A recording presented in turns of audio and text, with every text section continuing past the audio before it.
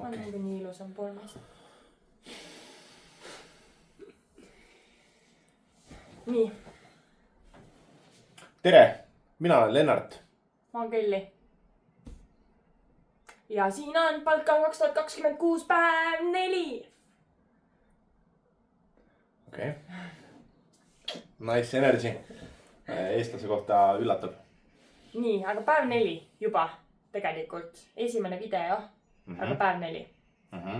Esimese 3 päeva oli nagu sellised, no võib nimetada ikkagi full transiidipäevadeks. Sõidurohked. No me tegime jah vähe lühemalt, sest et meil, mis me alustasime, kolmapäeva alustasime, teisipäeva alustasime.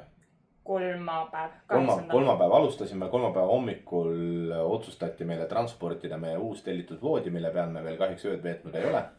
Aga noh, siis okei, me saime selle voodi kätte, ilusasti pandi paika ja umbes kella 12 või 1 aeg. 12. Umbes jah, sel ajal saime lõpuks liikuma.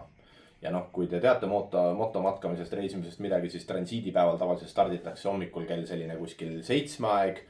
Võib-olla natukene hiljem, aga põhimõtteliselt lõunast startimine on nagu raisatud päev. Sellegipoolest võtsime ette ja panime... Jah, sest me alguses pidime ju 4 pool tulema. Jaa, aga me mõtlesimegi see, et ärme raiska seda poolikut kolmapäeva, et kütame nii kaua, kui kütame. No. Ja 6 sotti kütsime päris hästi. Algus oli küll ropp, sest et Eestis on selline tore asi nimega teetööd. Pärnu maanteel oli korralik mudamülgas. Jah. Et see oli lõbus. Kuigi nagu tee ei olnudki kõige hullem, aga me sõitsime seal kalluri taga. No vahet ei ole. Igatahes tagajärg oli see, et mustast notsust sai räpane notsu. Ehk siis pruun pigem isegi ma ütleks. Jah, et see ei olnud nagu selline meeldiv algus. Suva kannatasime ära. Kütsime no ja vihma saime ka, me hakkasime Tallinnas tulema vihmariietega. No põhimõtteliselt esimesed 2 päeva olid meil vihmariided seljas. Ehk siis... Ja no vahepeal jah saime Riiakandis saime ära võtta. Aga see oli nii lühike. Ja enne Leedu piiri panime tagasi ja siis järgmine hommik startisime kohe vihmariietega. Ja teine pool päevast oli ilma. Ja teine pool päevast saime ilma sõita just. Ja, aga no meil oli ikkagi selle valmidus, et me kütame 2 päeva vihmariietes, sest et vaatasime selline mõnus ilus spiraalikene kogus kokku meil seal Balti riikidel ja... No jah, ja võrdlemisi külm oli ka, selles mõttes ei olnud nagu hullu, et ei olnud nagu kõige hullem sõita. No ja, teise päeva start oli äkki oli 11 kraadi. Või oli mingi 12 kraadi, no ikka... No ja külm oli, ratasust ütles 12 kraadi, või mul kell ütles 12 kraadi, ratasust 13 vist. Et no ikka külm oli. Et ei olnud jah kõige mõnusam. Ja kolmas hommik oli juba ikka päris soe. Kolmas startisime Poolas, olime seal, ütle nüüd see imelik koht. Kaunasest vaata sõitsime Poola välja. Me sõitsime jah. Siis oli no ta oli nagu Varssavi külje all, selles mõttes ma ei mäleta, selle väike koht oli transiidi ääres. Täitsa okei. Alustasime ilusasti päikesega ja siis nüüd kütsime siis Austriasse. Ei, kolmas õhtu jõudsime, kuhu me jõudsime? Tšehhi. Aga Brnost kütsime edasi. No ja kuskil mingi väike küla oli. Ja siis Brno jäi liiga vähe lähedale. Ja siis, ja no täna oli väga soe sõidupäev, sest hommikul ma panin Instagram story'sse ka, minu arust mul kell ütles 23 kraadi. Ja terve päev oli ikkagi selles mõttes soe. Sorry, propageerime alkoholi, aga pole midagi teha. Ja no nüüd vist õhtul, kui me siia jõudsime, mis kell me jõudsime, mingi 5 paiku jõudsime siia, oli 31 kraadi, et ikkagi soe. Ja no Krossklokkneres oli ilmselt jahedam, seal oli, kuigi seal tipus külastuskeskus minul ei ole veel, ma olen Krossis käinud vist 2 või nüüd 3 kindlasti, võib-olla isegi 4 korda, ma ei mäletagi täpselt. Ja nii soe ei ole veel seal üleval, mis iganes Frants. Ja mis iganes, seal on see külastuskeskus. Ja, et see ei ole see Edelweissi, see nii-öelda see kohvik, mis seal nagu kõige kõrgem on. Aga see külastuskeskus, minul ei ole nii soe veel olnud seal. No seal näitas väljas 16,9. Ma olen seal olnud mingi 5 kraadiga, et see on... Et soe oli, inimesed käisid ikkagi T-särgiga, sest kui me 3 aastat tagasi käisime, oli ka pigem ikkagi külm. Ja tuul oli ka. Et inimestel olid nagu jakid asjad seljas. Ja. Nüüd oli ikkagi... Aga soe on nagu selles mõttes hea üllatav, et reisi algus oli selline mõnus kontrastne 15 kraadi ja nüüd on korda 2 on 30 kraadi. Ja no ilmselt ikkagi läheb veid soojemaks ka. mõnes riigis võib-olla läheb natuke jahedamaks ka. No nii palju, kui ma vaatasin, siis Bosnias oli 25 kraadi, aga Albaanias oli 35 kraadi. Et noh. Et ikkagi, pigem ikkagi suvine reis selles mõttes. Ja me arvestasime sellega. Me ise lootsime ju tulles, et loodetavasti ikkagi üle 40 ei tule. Sellepärast, et 3 aastat tagasi Itaalias me saime. Ja see oli natukene palju. Ja üldse selline kiirtelm 38 kraadi nagu too much. Seda oli juba natukene täna tunda selle 32 kraadiga, et kui temp tõuseb üle 30, hakkab 35-le lähenema, siis on raske hingata. Et sul ongi see hetk, kus sul tuleb nagu see soe õhk tuleb peale ja sa tunned, et sellest nagu seal ei ole õhku. Ehk siis ei saa hingata ja mootorrattaga on üpris keeruline. Sa tunned seda tuult, peksab täiega, võib isegi tugev tuul olla, aga ei saa normaalselt nagu hingata. Võtsime Eestis kaasa väga kavalad asjad. Promon kohe. Mitte, et see oleks mingisugune bränd. Sul on bränd. Ja ühesõnaga me teadsime, et on soe. Ja me mõtlesime, mida teha, sest et nagu varustust väga palju paremat ei ole võtta, mis nagu sobiks igale ilmale, aga siis meil on sellised jakid. Ja need vestid on nagu sellised, siin on need vett imavad paneelid ja need hommikul siis uputasime vee alt läbi. Praegu on ka veel lihtsalt kergelt niiske. Hommikul siis mingi 9 paiku isegi natukene enne uputasime need ära. Siis nad olid märjad, natukene väänasime välja, natuke lasime neil tilkuda ja põhimõtteliselt panimegi märjalt selga.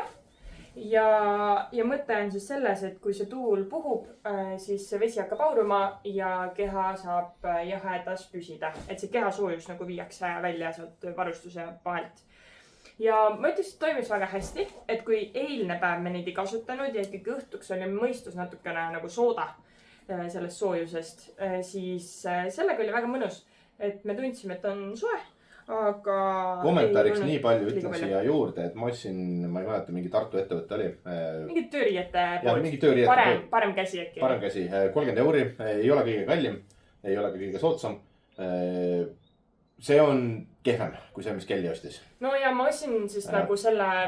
Kehvemus väljendub selles, et siin on küll need nii-öelda vett sisse tõmbavad paneelid. Aga teistpidi, vaata, siis on näha, sest mul on ka need sinised. Siin on need vett sisse tõmbavad paneelid, aga see vesi vajub kuidagi siia alla ainult. No nad ei ole jah nagu materjalilt samad. Ja hommikul oli selles mõttes kehva, et isegi kui see vesi vajub siia alla, siis ta kogunebki siia ja hakkab alt tilkuma. Sõna otseses mõttes tilgub nagu välja. Ja siit ülevalt tõmbab nagu kiirelt tühjaks. Ja rinna pealt ka selle Kellil oli see, et tal hoidis kuidagi ühtlaselt seda vesti sees. See võiks sellepärast, et siin on neid õmbluseid ka rohkem. Võib-olla jah, aga muidugi hinnavahe on olemas. See maksis 80 euri, see minu kasutatav maksis 30 euri. Ma ei... Jah, sest et minul lihtsalt on see häda, et ma olen nii väikses mõõdus. Et meeste tööriiete poest on nagu keeruline saada. Ehk siis ma ostsin päris nagu mootorratturitele mõeldud. Aga isegi kui see vee nii-öelda tilkumine või mis iganes, kuidas me seda nimetada tahame, see kõrvale jätta, siis see on nagu praegu asendamatu. Ma sõitsin 32 kraadiga, ma tunnen, mul käed on täiega soojad. Tavaliselt on mul niimoodi, et keha on soe, käed on veits jahedamad, tulutan seal vahepeal käsi. Aga keha oli praegu külm. Ehk siis ma tundsin, et mul nagu normaalne olla. Et see ei olnud nagu kõige nagu jahedam, et ütleks niimoodi Eesti selline +20 lagi pähe päike on perfektne sõiduilm. Aga praegu +30 ja see vest all. Tekitas sama tunde nagu. See oli hea tunne. Selles mõttes, et igatahes nagu... muidugi selles mõttes oli huvitav päev selle jaoks, sest et kui me üles cross-glockningesse läksime, sest nagu oli pigem natukene jahe. Et me panime neid lukukesi oma valustusel kinni, et seda õhku võimalikult vähe sisse lasta, mis siis seda aurumist tekitab. Sest et see külm õhk ikkagi teeb selle vesti külmaks. Ja nii palju kommentaariks oskan öelda, et paberil kirjutatakse, et see peab 8 tundi vastu. Ei pea, see ei pea 8 tundi vastu. Ütleks niimoodi efektiivne on kuskil esimesed 2 tundi. On selline, kus sa tunned, et on tõesti väga hea. Siis järgnevad 2 tundi on selline, millega kõlbab cross-glocknerisse minna. Kuigi jah, selle mõttes mägi kuumas ei olnud. Aga ma ütleks, et täna mingi, ma vaatasin, mis 3:30 paiku ma tundsin, et oleks võinud nagu niisutada uuesti. No jah, mina ütlen küll, et... Siis see tähendab 6 tundi oli minu jaoks normaalne. Sul on siis parem vesti ikkagi. No ja võib-olla seda ka on ju. Et jah, selle vestil oli kirjas muidu, mis iganes, up to 8 tundi. No see on kõigil neil, mul täpselt sama. Et ja see oli see tärnik, et sõltuvalt ilmast on ju. Ja sõltuvalt ka sellest, kui palju sa tuulutad. Jah, kindlasti. Mida rohkem sa tuulutad, seda rohkem aurub. Et meil ikkagi on võrdlemisi palju varustusel neid lukukesi, mida lahti teha. küll mitte nii palju, et seda ventilaatori. Selle kandmisega on see lugu, et selline tunne on nagu keha oleks kogu aeg märg. Nagu oleks veest tulnud just. Jaa, et see on natukene võõras tunne, et nahk ongi natukene märg. Ja muidugi, kui sa peatud, sa teed vähe pikema peatuse ja oled päikse käes, võib-olla keha natuke higistab ka ja siis tekibki selline tunne. Aga pärast sõitma hakates on jälle hea. Et see ongi nii üllatav, et kui muidu sul keha kuivab ära, on hull kuum, siis sõitma hakates on ikka palav, aga sellega ei ole. See on nagu üle prahi. No ja selles mõttes ikkagi vaata soovitatakse seda ka, et kui on väga soe ilm, et mine tee tanklas oma särk märjaks. Sama asi. No see on sama asi, lihtsalt see materjal nendel vestidel hoiab seda vett nagu kauem sees, sest kui sa teed mingi spordisärgi märjaks, see kuivab sul. Ei, ma olen teinud seda. Selles mõttes, et kui ma eelmine kord sõitsin Horvaatias, ma tegin särgi märjaks ja püsis mul mingisugune, ma ei tea, pool tunni maks. Ja oli kõik. Nagu särk oli kuiv, hakkas ikka palav. Ja no Horvaatias on selle päikest seal ikka räigelt, et see, ma arvan, see vest saab kasutust niimoodi, et tanklas vähemalt loputad läbi. Et ühesõnaga väga hea ost oli. Vahet ei ole siis tegelikult nagu, kui palju sa tahad kulutada.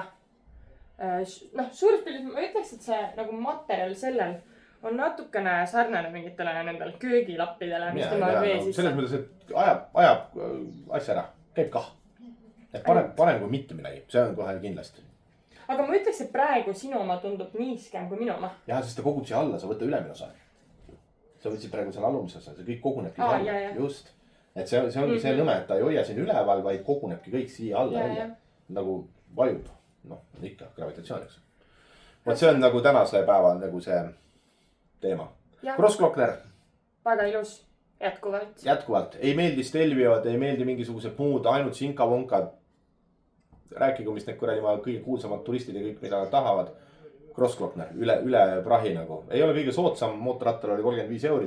Rohkem, 36,50. No vahet pole 35 euri, et see ei ole enam kõige sootsam. Mäletan, auto oli midagi 47. Kus sai veel paarikümne euriga, aga vähemalt pole per face, et per sõiduki ikkagi. Ja sõiduki pealt, jah. Muidu oleks ka kahekesi, et on 20 nägu või mingi 30 nägu, jah. Ja ta on nagu siuke mõnus kulgemise tee, hästi ilusad vaated, üsna puhtad vaated, et vähe on neid vaateid, mis on kuskil metsaga nagu, mets jääb ette. See oli jah mingi Prantsusmaa teema pigem. Sest et ja nagu saab nautida päriselt seda sõitu ka, mitte ainult neid vaateplatvorme, sest et need väga paljud muud passid, mis Alpides on, need samad Stelviod ja mis on ka nagu kõige kuulsamad või kõige rohkem tuntud. Siis seal ikkagi pead selle sõitmisega väga intensiivselt tegelema ja sa lähed kiiresti üles, sest et ta on hästi teravate kurvidega, hästi kiirelt üles. Versus Cross-Glockner on hästi pikk, et sa lähedki rahulikult kulged üles ja siis ongi need erinevad suveniiripoed, erinevad kohvikud. Me muidugi kohvikus seal ei käinud, ma arvan, et hinnad on päris krõbedad. No ja, Austria on üldse kallis, eks ole. Aga rääkides Cross-Glockner ei ole justkui nagu mäeületus kui ületus highlight, vaid mäeületus kui teekond seal üle mägedes. Ehk siis, mis mulle ka meeldib, on see, et sa jõuad sinna, mis iganes Edelweiss-pass või mis iganes see oli. Sa jõuad sinna, käid korra seal kõige tipud ära, lähed alla ja siis mõtled, et kas nüüd hakkabki laskumine. Ei hakka. Vahepeal jälle laskub, vahepeal tõuseb jälle laskub. No jah, et see on ikkagi nagu. Ja me ei räägi seal võib-olla 5 kilomeetrit, see on 20 kilomeetrit, isegi rohkem vist. Et see on nagu. Et see on ikkagi mitu mäge, mille peale see tee on siis tehtud. Ja siis saad kulgeda ja siis on vahepeal mingisugused lehmakesed ja lambakesed ja. Siis Tšehhi juhid on, kes ei oska sõita nagu lambakesed ja. Siis seal alguses või oleneb kummalt poolt minna, on ju. Aga meie poolt siis ütleme. Me lähenesime põhjast. Ja põhja poolt üles minnes. Tegelikult põhja poolt vist ei ole õigel pool lähendada. Ma ei tea. Ühesõnaga, see tegelikult ei ole vahet.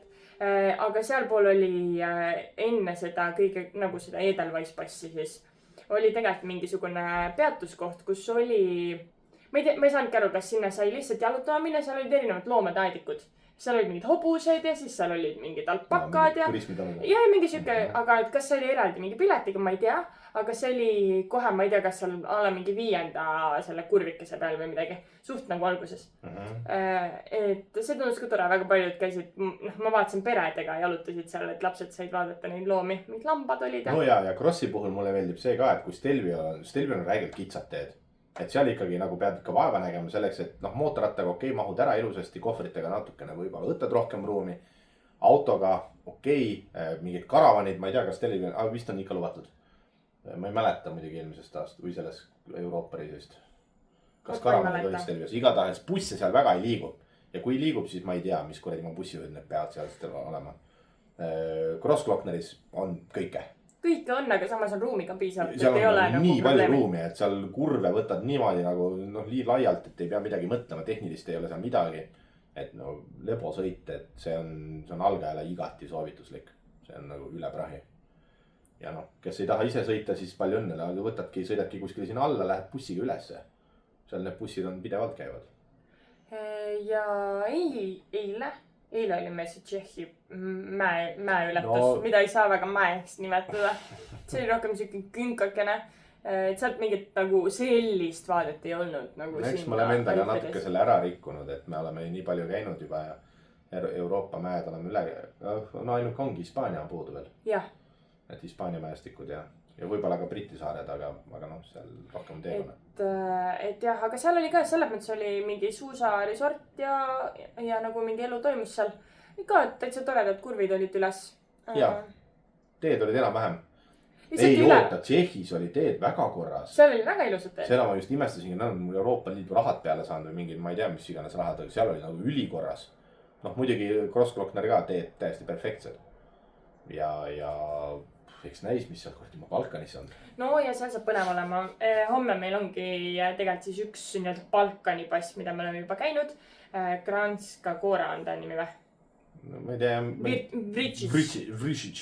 Pass, mis on siis Sloveenia poolel, suht kohe siin üle piiri.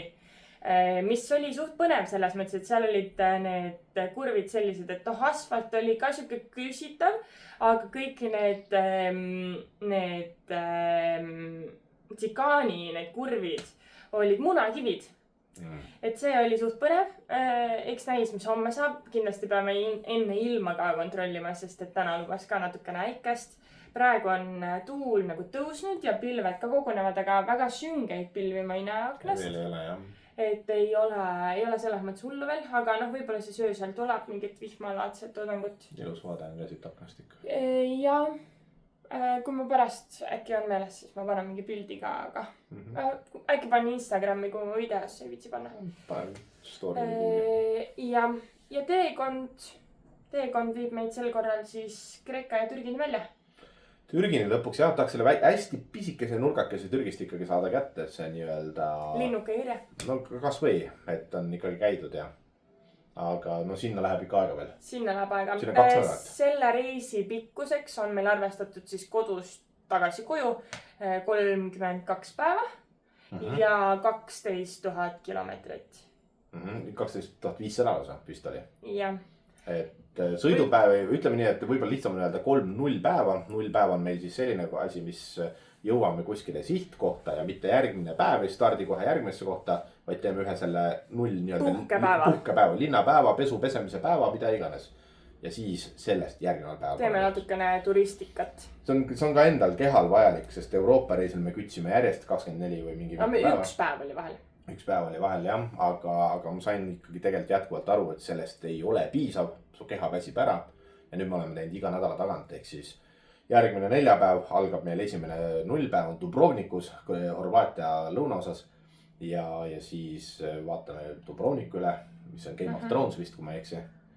Täitsa ja siis kütame mingid Bosniaid ja Serbiaid ja Kosovoid ja kõiki asju õiges järjekorras, sest seal on piiriületused ülioluline, et kui teed vales järjekorras, siis palju õnne sulle. Siis ei pruugi jah saada. Ei saa, selles mõttes, et need piiriametnikud lähevad pahaseks jah. Et õiges järjekorras kõik on ilusasti analüüsid tehtud, chat GPT on räigelt palju abiks olnud. Ja siis sellest järgmine 0 päev on Albaanias. Xamillis, mis pidi olema siis Balkani Maldiivid, kui ma õigesti mäletan. Ja ütleme nii, et päikesenautlejatele väga sobilik, minul ma ei naudi väga päikest, aga samas why not, teeme puhkepausi seal ikkagi. Et seal nagu proovime veid sellist rannapuhkust võib-olla saada või nagu sellist lebohetke. Ja siis on sellest järgmine nädal on Constanta. Ja, just.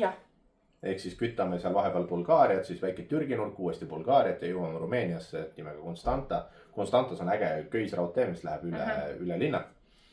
Ma kardan kõrgust, aga ma selle teen ikkagi ära. eelmine kord käisime poistega seal, siis need lojakad otsustasid seda kõigutama hakata. See ei ole lahe. Et siis selle ma jätan seekord ära. Oleks tore vist jah. Ja siis on juba Rumeenias. Rumeenias on ka 2 mäestikku, Transfagaražan ja siis on Transalpina. Jep. Et see on nagu selline reisi nagu ülevaade, aga mis meil on seal vahepeal on Montenegro, siis on mingi Kotorid. Meil on väga palju ilusaid kohti. Põhja-Makedoonia, ma ei tea, kui getoriik see on, aga eks ole näha. Ja ikkagi jätkuvalt on meie see reisistiil võib-olla natukene erinev. Ehk me ei ole väga planeerinud sisse mingit, ma ei tea, veiniistanduste külastusi, mis võtab tunde ja mingeid selliseid tegevusi. Vaid me pigem kõik sellised külastuskohad ongi mootorrattaga sõites, üksikud võib-olla, et tal ongi korraks teeme peatuse, pildistame, ma ei tea, teeme midagi. Teekond on jah, meil on teekond joonistatud jah niimoodi, et me ei sõida kiirteid. Ma olen kohe, no nüüd transiidil kütsime täielikult. Täna ka veel. Siis, mida ma jälle imestasin on see, et Austria suvaline kiirtee kõrval jooksev tee on, ma ei tea, ütleks kiirem kui Norra kõige kiirem piirtee. Et Norra oli selles osas natukene tüütu. Aga profiil on lihtne. Scenic road on nagu täielik võtmesõna. Ehk siis kõik joonistatud teekond peab jooksma seda mööda, kus on ilus. Ja külastusi proovime vältida jah niimoodi, et meil ei oleks kuskil turismi järjekorras ootamist ja enam-vähem 3 tundi kuskil pileti järjekorras olemist. Sellist asja ei tee. Linnasid väldime. Linnades oleme ainult siis, kui on meil vaja kuskil poes käia või tankida või kuidas iganes. No ja ööbimised. Ja nullpäevad ja ööbimised. Aga linnu väldime, sest et linnades on ummikud, linnades on palav ja nii edasi, et see ei ole nagu meie. Aga samas homme on meil, peaks jõudma siis Horvaatiasse välja. Ja siis me püüame jääda sellisesse linna nagu Puula. Seal natukene siis nautida seda linna ka äkki õhtul. Võiks, me siiamaani, kuna meil on olnud pigem transiidipäevad, siis me oleme toiduga suht lihtsalt teinud. Nii hommiku kui õhtusöögid. Hommikuks on jälle meil mingi hunnik putrusid ka võetud Eestist kaasa ja et saaks nagu kiiresti, kui on vaja. Samas näiteks täna hommikul oli meil hommikusöök hinnas seal hotellis, kus me olime, või ma ei tea, guest house'is külalistamas. Et oli nagu linna ääres, väga hea hommikusöök oli, väga tore omanik oli seal või mis iganes töötaja. Ja siis me sõime seal, aga et homme äkki saaks midagi toredat ka juba süüa. Äkki. Sest ma arvan, et Balkanis on väga head toidud. Vaat selle söömisega ongi see loll teema, et kuna siin on sellised temperatuurid, siis võiks justkui nagu lõuna kuskil süüa, einestada, aga motoriietus on seda ebamugav teha.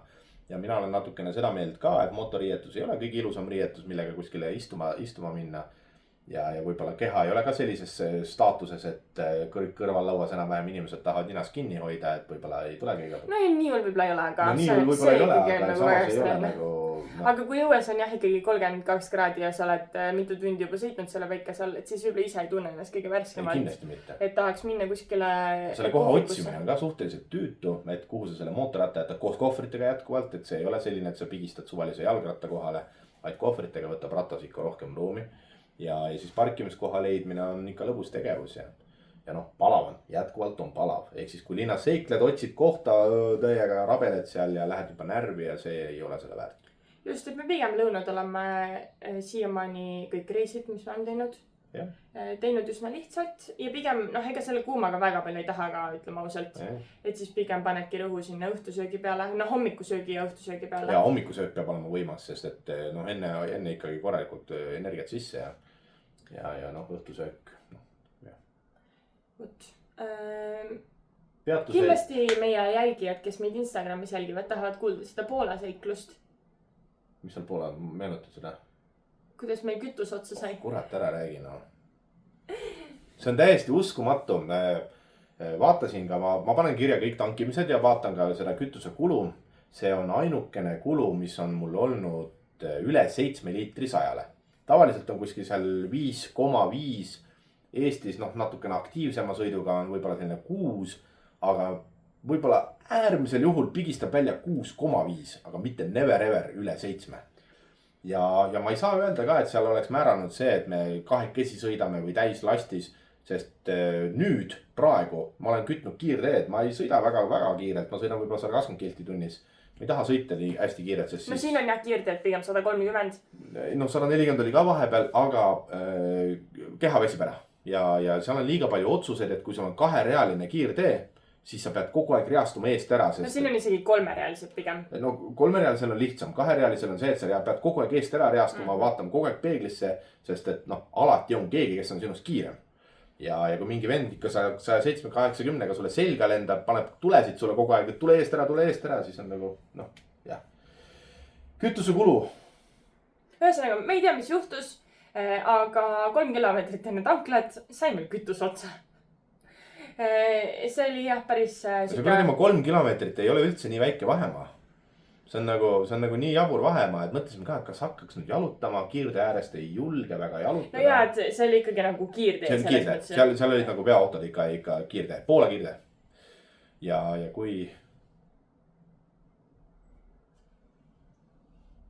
kui Poola kiirteel kõndida, siis tõenäoliselt kutsutakse politsei. No jaa, et seal võib juhtuda, aga ma ei tea, kas siis meie õnneks või õnnetuseks jäime me seisma umbes 500 meetrit enne seda veoautode parklat või puhkeplatsi. Ehk siis me saime rattaga sinna jalutatud. Lennart sai sinna jalutatud. Saime jalutatud rattaga.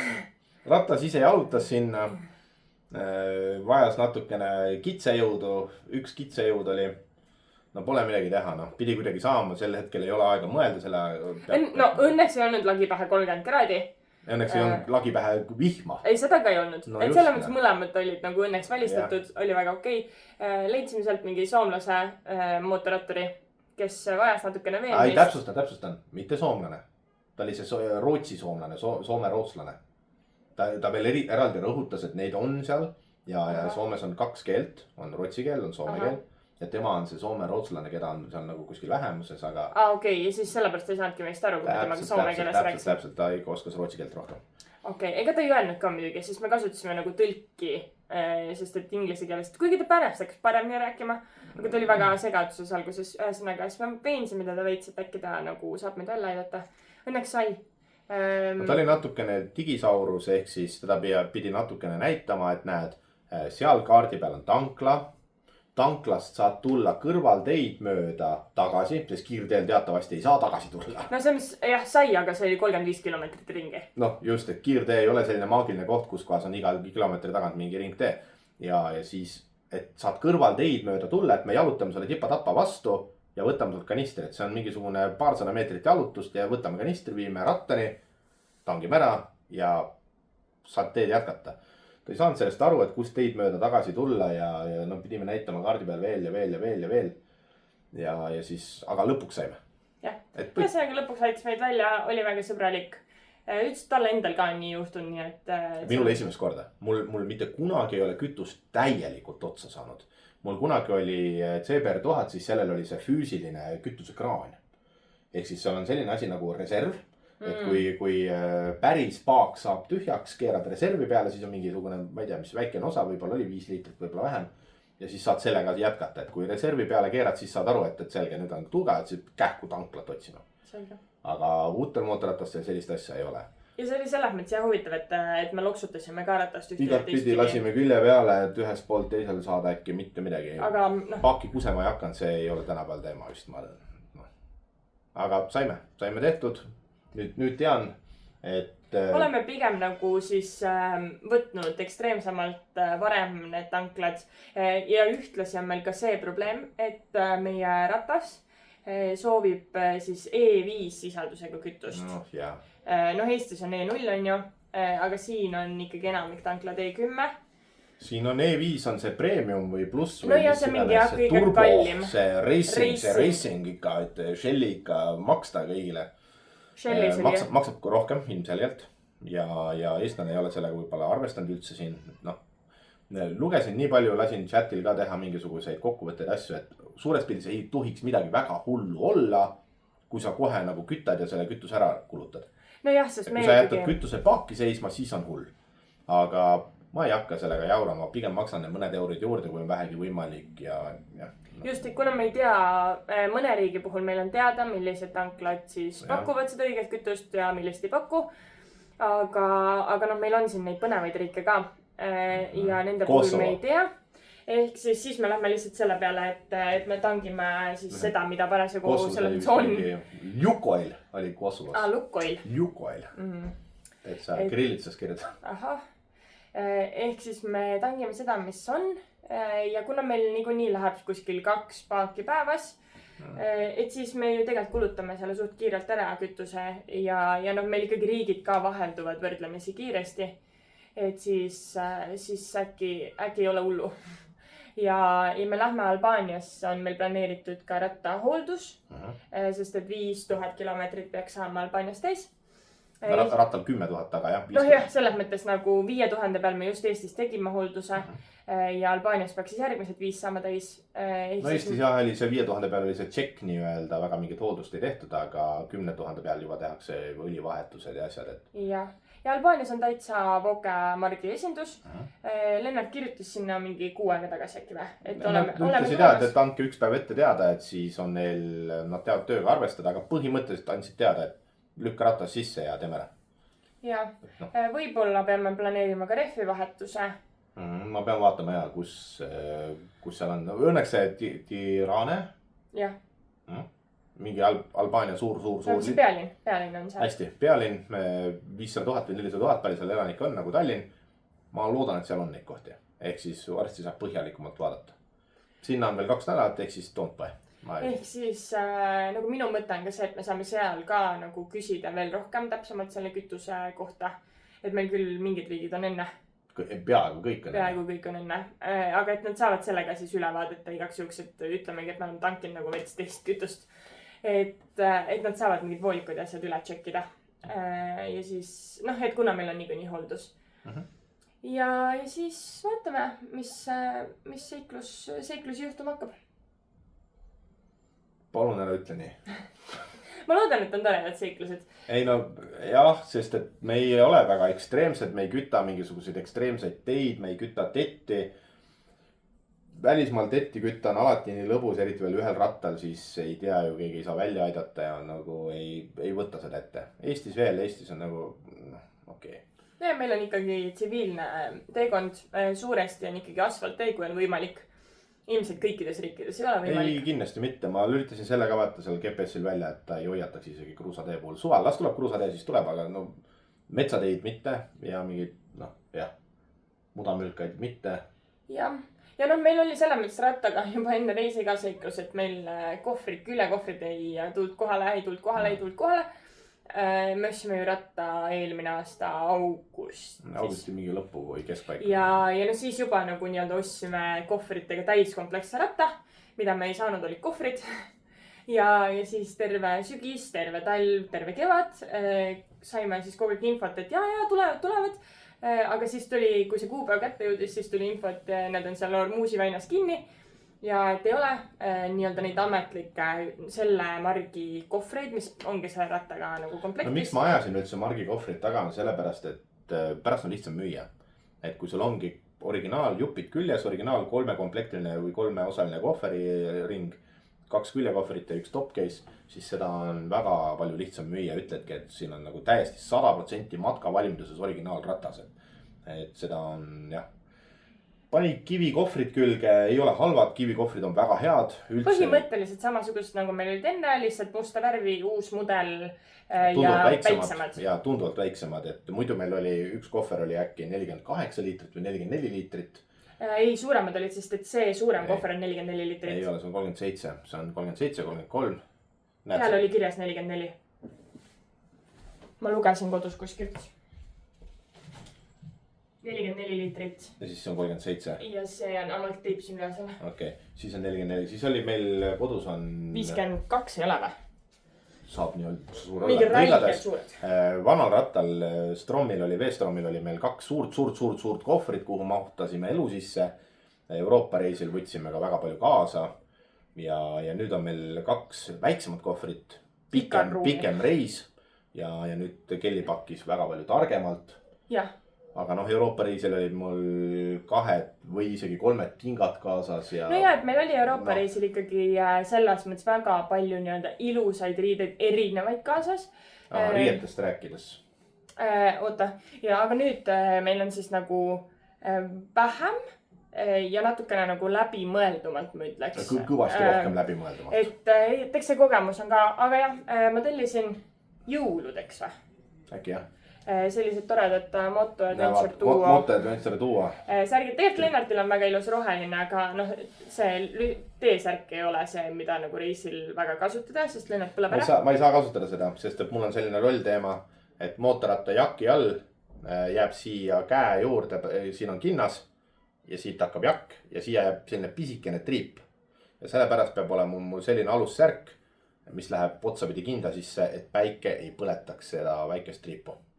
Ja see on nagu tõsine probleem, sest mul on päriselt olnud see triip ja see lõpuks läheb nii villi ära ja siis ma pean kogu aeg pikka käist kandma. Just, et siis ma leidsin Lennartile sellised särgid, ma paksin need kaasa. Aga ma endale paksin ka ühe sellise pika varrukaga ja siis selle Moto Adventure Duo särgi. Siin on ilusti käise peal, et me oleme Eestist ja selja peal on see meie logokene. Vist on näha, jah, on küll. Et need on need kleepsud ka, mida me igal poole paneme. Ja siis Temu on süke äge asi, kus tellisin mütsid ka. Moto Adventure Duo mütsid. Varsti hakkame merchi müüma. Ja muidugi me hakkame müüma ja. Sest et paar tellimust juba on, et ma pean tellima juurde mütse ja särke. Kahjuks Temust ma ei leidnud neid spordisärke, sest see on nagu see hingav spordisärk.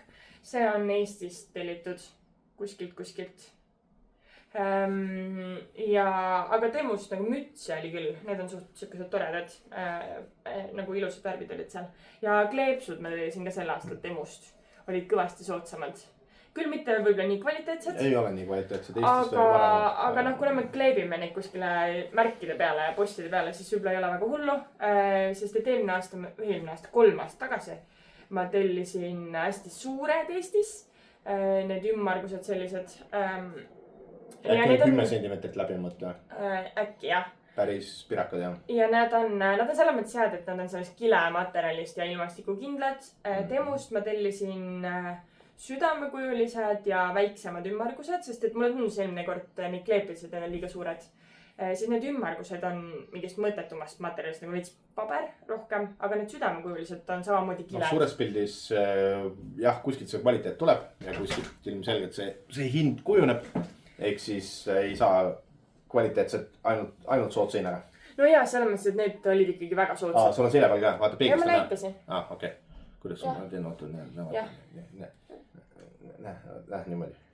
Et täitsa tore. No aga kuigi ma kujutan ette, et sellega nagu sõita ei ole väga mõnus, sest et ta ikkagi, see on ikkagi katab kõik need kaugud ära. Ei hinga, jah, see on. Et ta on kvaliteetne trükk, aga ta on ikkagi see, mis iganes plastik siin. Vot. Selline reisi algus. Esimene video, mis on algus. Jah, väga kaootiline sissejuhatus, aga sellegi poolest. Vahet ei ole, väsinud ja ei. Aga nüüd edaspidi jällegi ma ei tea. Ma arvan, et me proovime teha iga päev, aga võib juhtuda, et me ei tee iga päev ja me ei postita iga päev, sest et ma küll võtsin selle interneti, mis on global või ma ei tea, mis iganes selle nimi oli. Ja mis peaks siis igas riigis ühendama kõige parema masti külge meid. Aga no vaata, kui ikkagi riigis normaalselt masti ei ole, siis ei ole meil... No ärme räägi selles mõttes ette, sest et kurat sa teab, äkki Kosovo on jõudnud nagu interneti aastast. Et ma ei tea selles mõttes, et on nagu on. Ja Põhja-Makedoonia, et vaatame. Kui ei ole suurepärast interneti, siis võib juhtuda, et me ei postita, sest et praegu me oleme ka juba 39 minutit siin jutustanud. Et vist tegelikult natuke vähem, sest ma panin varem käima. Aga see võtab lihtsalt väga palju interneti, see postitamine. Video võtab, uploadimine võtab aega. Jah. Ehk siis, kui see on päevav limiit, oli vist 3 giga või mis sa ütlesid? Ehk siis ma ilmselt püüan teha nii, et ma panen postituse ja riili üles ja siis panen Instagrami laadima. Või selleks Instagrami YouTube'i laadima. Sellepärast, et seal oli kirjas, et kui on üle 3 giga päevas, siis võib tulla see nii-öelda aeglustus peale, et ei lähe nii kiiresti. Et siis YouTube saab öösel lihtsalt üles laadida ja läheb järgmisel päeval. Et ma arvan, et see on kõige parem taktika. jah. Ja kui läheb enne üles, siis ma panen Instagram story'sse igal pool lingid, et inimesed teavad.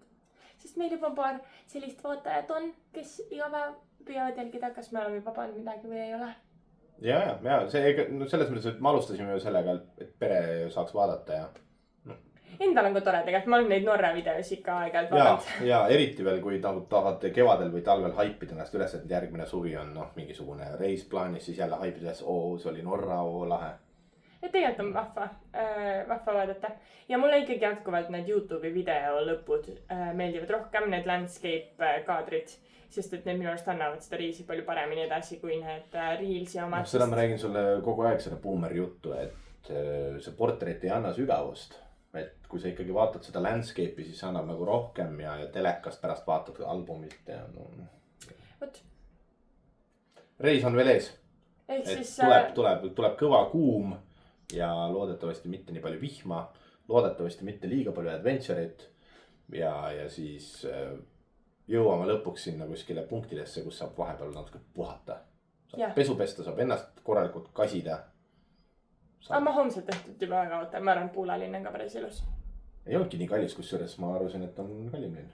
Eelmine kord me vaatasime 3 aastat tagasi. Oli väga kallis. Oli kallis linn, aga võib-olla me vaatasime ka mingil valel ajahetkel. Sest et ma vaatasin ka, et sa ütlesid ka Horvaati üks kallimad linna. Ja, no kindlasti ta on niikuinii, aga eelmine kord oligi see, et me jätsime Horvaatiasse minemata, sest et Itaalias oli nii palju soodsam. Ilusam ka, sorry. Ilmselt küll.